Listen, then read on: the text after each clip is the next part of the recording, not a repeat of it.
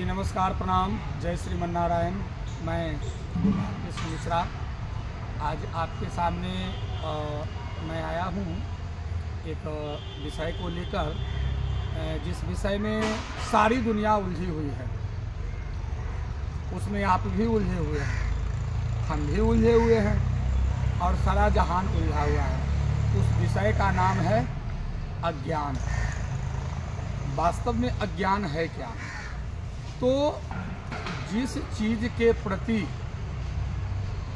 जानकारी अच्छे ढंग से न हो वही अज्ञान कहलाता है। और अज्ञानता ही जो है वो सभी बुराइयों का जड़ है। अतः इस अज्ञानता को निकालने का वेदों ने, ग्रंथों ने, महापुरुषों ने, उपनिषदों ने, यहाँ तक कि देवी देवताओं ने भी सभी लोगों को यह बतलाया कि अज्ञानता है क्या। तो अज्ञानता हमारे अंदर में छिपी हुई एक दुर्गुण है, एक बुराई है। और इस बुराई में हम सब इतने जकड़ चुके हैं कि हम इससे निकलना नहीं चाहते। कि यदि कोई निकालना भी चाहता है तो हम निकलना नहीं चाहते, क्योंकि हमें तो आदत हो गई है बुराई करने की, बुराई सोचने की, प्रवृत्तियों को बुरा करने की, बनाने की। तो बंधुवर हमें इन सब चीज़ों से निकलना होगा। इसके लिए हमें ज्ञान का प्रकाश फैलाना होगा। तो ज्ञान का प्रकाश जो है वह संतों का संगत कीजिए, भजन कीर्तन कीजिए और धर्म में रुचि रखिए।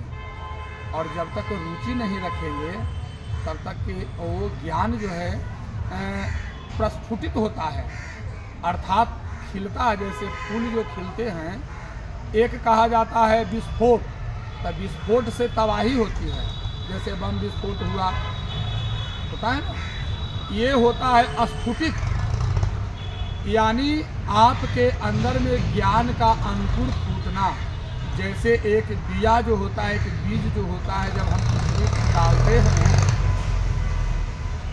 उसमें खाद पानी वगैरह वगैरह जो डालते हैं तो धीरे धीरे वह प्रस्फुटित होता है और धीरे धीरे धीरे धीरे एक वृक्ष का रूप धारण कर लेता है। और उसी वृक्ष का फल और फूल हम लोग आनंद लेते हैं, प्राप्त करते हैं। तो उसी तरह से यह ज्ञान रूपी जो बीज है बंधुवर, इसको आप 9 तरीकों से, कहा गया है कि भक्ति के 9 रूप हैं। प्रथम भगति संतन के संगा, यदि संतन का संग हो जाए तो यह भी भक्ति है। आप कोई मंदिर मस्जिद में मत जाओ, आप अगर संतों का संगत करते हो आपकी भक्ति हो रही है।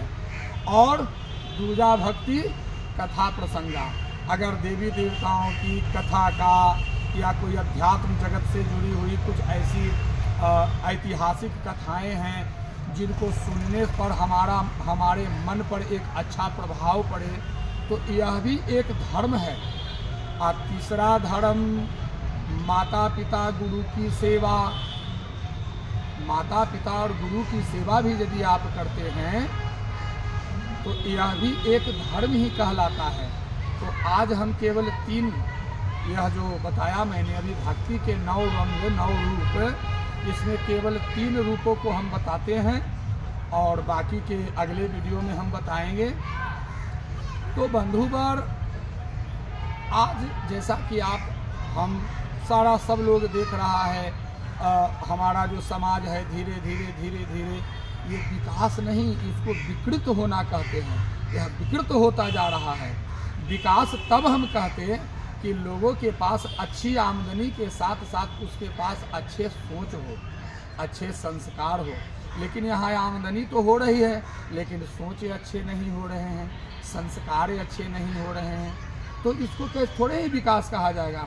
यह विकास नहीं, यह विकृति है जो मानवों को, मनुष्यों को पतन की ओर ले जाता है।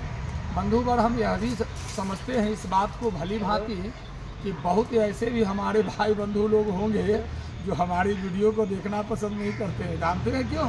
क्योंकि मैं बात सत्य बोलता हूँ और खड़ी खड़ी बोलता हूँ। चाहे वो बच्चा से संबंधित हो, युवाओं से संबंधित हो, वृद्धों से संबंधित हो, माताओं बहनों से संबंधित हो, बातें जो भी मैं बोलता हूँ एकदम क्लियर बोलता हूँ, खड़ी खड़ी बोलता हूँ।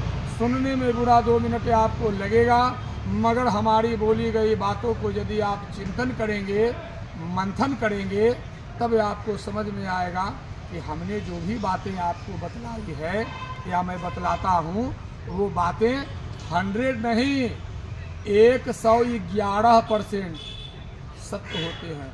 अब आप बोलेंगे होता तो 100% है, आप 11, तो वो 11% हम भगवान जी से आदेश लेकर करके आपसे कह रहे हैं कि हमारे द्वारा बताई गई जो भी बातें होती है बंधुओं, चाहे वो योग प्राणायाम व्यायाम ध्यान कसरत एक्सरसाइज के बारे में हो, या धर्म के बारे में हो, अध्यात्म के बारे में हो, या कोई पर्व त्यौहार के बारे में हो, तो इन सब बातों को समझना है। और आप भी समझिए, मेरा काम आपको समझाना है और आपका काम अपने अपने बाल बच्चों को समझाइए, क्योंकि यदि वो समझेंगे तो आपका जीवन तो धन्य होगा ही होगा और बाल बच्चों का भी जीवन धन्य होगा। ठीक है, मिलते हैं फिर एक अगली वीडियो में, तब तक के लिए जय श्रीमन नारायण।